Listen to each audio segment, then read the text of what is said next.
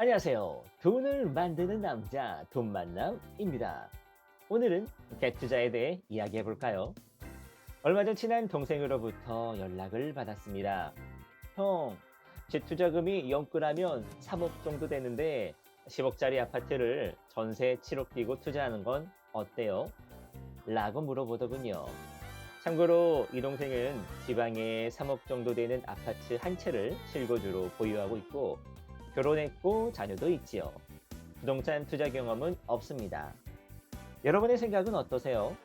요즘처럼 유동성이 넘쳐나는 시장에서 10억 정도 아파트면 전세 한 사이클만 돌려도 1, 2억은 그냥 오를 것 같으니 영끌해서 고 하자고요. 제 대답은 NO 였습니다. 아니, 돈 받는 본인은 갭 투자하면서 왜 다른 사람 갭 투자는 NO 하냐고요? 그 이유는 바로 땡땡땡땡땡 때문입니다. 궁금하신 분들은 끝까지 시청 부탁드리고요. 좋아요, 구독 눌러주는 센스 아시죠? 저도 처음 부동산 공부했을 때 갭 투자 이론은 참 쉽고 부자가 되는 지름길이라 생각했죠. 하지만 제가 실제로 갭 투자를 하면서 느낀 중요한 경험을 여러분께 말씀드리고 싶네요. 때는 2016년, 저는 서울 서초구 방배동에 신축 빌라를 4억 5천만 원으로 분양받았습니다. 설해마을 고급 빌라 단지 옆이고 1분이면 설해 초등학교를 갈 수 있었죠. 방 3개, 화장실 2개, 신축이라 신혼부부나 초등 자녀를 둔 세대가 선호하는 스타일이었죠.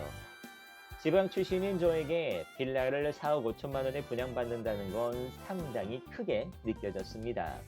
제 인생의 가장 큰 금액의 쇼핑이었죠. 빌라가 멋지게 준공되고 세입자분과 전세 3억 8천으로 계약했습니다. 분양가 4억 5천, 전세 3억 8천이니 7천만 원으로 갭 투자를 한 거죠. 여기까지는 아무런 문제가 없었습니다. 2년의 계약 기간이 만료되기 3달 전 세입자분한테 연락 와서 계약이 끝나면 이사 간다고 하더군요. 저는 인근 부동산에 연락해서 전세를 내놓고 서초구 방배동 설해마을 부근에 신축에 바로 초등학교 옆이니 세입자를 구하는 건 전혀 문제가 없을 것이라고 생각했습니다. 그런데 생각과는 다르게 집을 보러 오는 사람은 한 명씩 있는데 계약까지 연결되는 사람은 없었습니다. 계약 만료 기간은 다가오고 저는 기존 세입자분 전세보증금 3억 8천만 원을 어떻게 돌려줘야 하나 슬슬 걱정되기 시작했습니다. 그런 제 생각을 꿰뚫어 보기라도 한 듯 세입자분이 연락 와서 보증금을 돌려주는 거 문제 없냐고 물어보더군요. 저는 어떻게든 마련해 드릴 테니 걱정 말라고 했죠. 있는 돈, 없는 돈, 대출까지 다 끌어모아서 1억 8천까지는 어떻게 만들었는데 남은 돈 2억을 어디서 구하나 눈앞이 정말 캄캄했습니다. 계약 만료 3주 전 기적처럼 부동산에 연락이 와서 새로운 세입자분이 계약 의사가 있다고 연락 왔습니다. 야호! 그런데 새로운 세입자분도 기존 집 계약 기간이 있어서 제 기존 세입자 계약 만료 후 20일 뒤에 들어오겠다는 겁니다. 기존 세입자도 새로운 집 계약을 해서 제때 계약 만료가 끝나면 나가야 하고 새로운 세입자도 기존 본인 집 계약이 끝나야 보증금을 받을 수 있기에 계약 기간을 바꿀 순 없다고 합니다. 오 마이 갓. 다시 2억을 찾아 또 열심히 찾아 헤매입니다.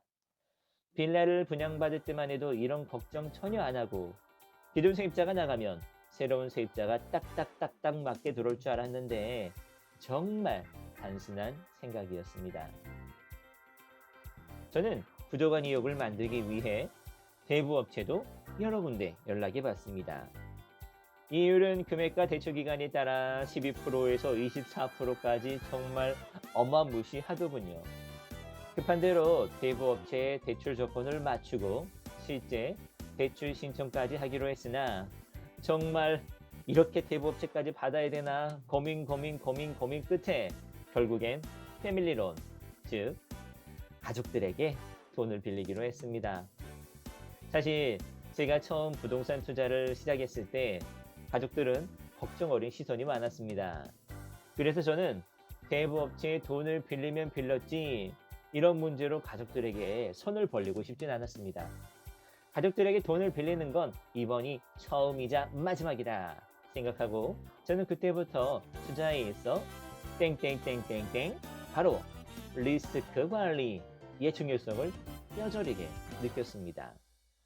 리스크 관리가 제가 오늘 여러분께 해드리고 싶은 키워드입니다. 영끌에서 뭐라도 하나 사놓으면 알아서 잘 굴러가겠지. 부동산 투자를 하면서 모든 게 생각대로 잘 돌아갈 거란 생각은 정말 큰 착각입니다. 갭 투자의 가장 큰 리스크로 역전세를 많이 이야기하지만 역전세가 아니더라도 세입자가 제때 쉽게 구해지지 않을 경우 기존 세입자의 보증금을 돌려줄 수 있는 리스크 관리도 필요합니다. 처음 동생의 질문으로 돌아가서 10억 집을 전세 7억 끼고 3억 갭 투자했다고 가정해보죠. 혹시라도 세입자가 안 맞춰줘서 전세금 7억을 돌려줘야 할 상황이 생긴다면 어떻게 할 건가요? 기존에 동생이 살고 있는 3억짜리 집을 팔아도 답이 안 나옵니다. 또한 투자 경험이 없는데 이런 리스크가 다가오면 멘탈이 붕괴되고 금전적으로 위험해질 수 있습니다. 그래서 전 그 질문에 NO라고 대답했습니다. 본인의 자금을 고려하지 않고 너무 무리한 갭 투자는 갑작스럽게 다가온 리스크에 한 방에 훅 갈 수 있습니다. 본인이 투자 고수가 아니라면 투자 경험이 없다면 처음부터 무리하게 큰 금액의 투자를 하기보다 본인의 능력 범주에서 작은 사이즈부터 투자해보면서 여러분의 경험을 늘려가 보세요.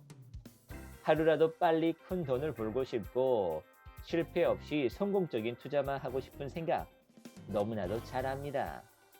저도 처음 투자했을 때 처음부터 잘하면 되지 굳이 실패 경험을 할 필요가 있나? 실패 경험이야 책이나 강의에서 들은 거로 충분해. 나는 성공적인 투자만 할 거야 라고 생각했거든요. 급하게 영끌해서 무리하게 투자하지 마시고 여러분의 능력이 되는 범주에서 리스크 관리하며 작은 것부터 투자를 해서 경험을 늘려나가 보세요. 여러분의 한 번의 투자 경험이 수십 건의 책이나 강의보다 값집니다. 작은 것부터 리스크 관리하면서 투자 경험을 늘려나가시고 내 집 장만 한 채는 꼭 하시고 성공적인 투자도 이어나가시길 바라겠습니다. 지금까지 돈을 만드는 남자 돈만남이었습니다. 감사합니다.